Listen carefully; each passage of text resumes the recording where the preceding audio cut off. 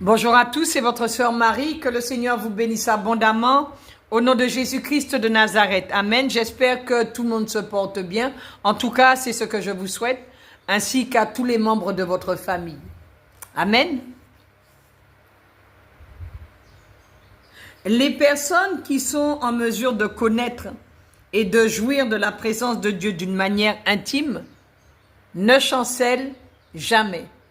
Nous allons voir dans un passage de la Bible quel comportement avoir pour ne pas tomber. Quelle est la conduite que Dieu attend de nous, enfants de Dieu. Amen.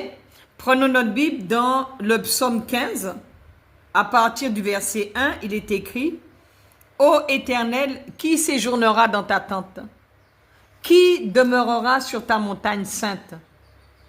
Celui qui marche dans l'intégrité, qui pratique la justice et qui dit la vérité selon son cœur. Donc voilà déjà 3 critères que Dieu nous demande d'avoir pour avoir une bonne conduite et ne pas tomber. Verset 3. Il ne calomnie point avec sa langue, il ne fait point de mal à son semblable, et il ne jette point l'opprobre sur son prochain. Mais il honore ceux qui craignent l'Éternel. Il ne se rétracte point s'il fait un serment à son préjudice. Il n'exige point d'intérêt de son argent et il n'accepte point de don contre l'innocent. Celui qui se conduit ainsi ne chancelle jamais. Amen. Donc voilà le comportement à avoir pour ne pas tomber. Si on ne veut pas chanceler, voilà de quelle façon nous devons nous comporter.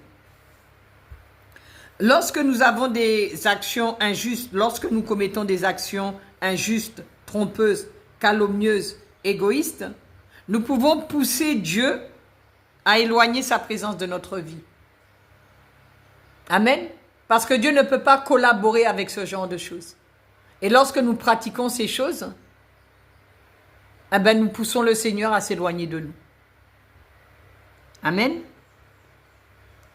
Donc, nous devrions chaque jour, à chaque instant, examiner nos actes, confesser nos péchés, les abandonner bien évidemment, nous efforcer d'être toujours approuvés par Dieu et surtout ne pas perdre notre communion avec Dieu. Parce que lorsqu'on perd sa communion avec Dieu, on perd tout. Amen. Notre communion avec Dieu, elle est primordiale. Elle est précieuse, elle est importante. Que Dieu vous bénisse.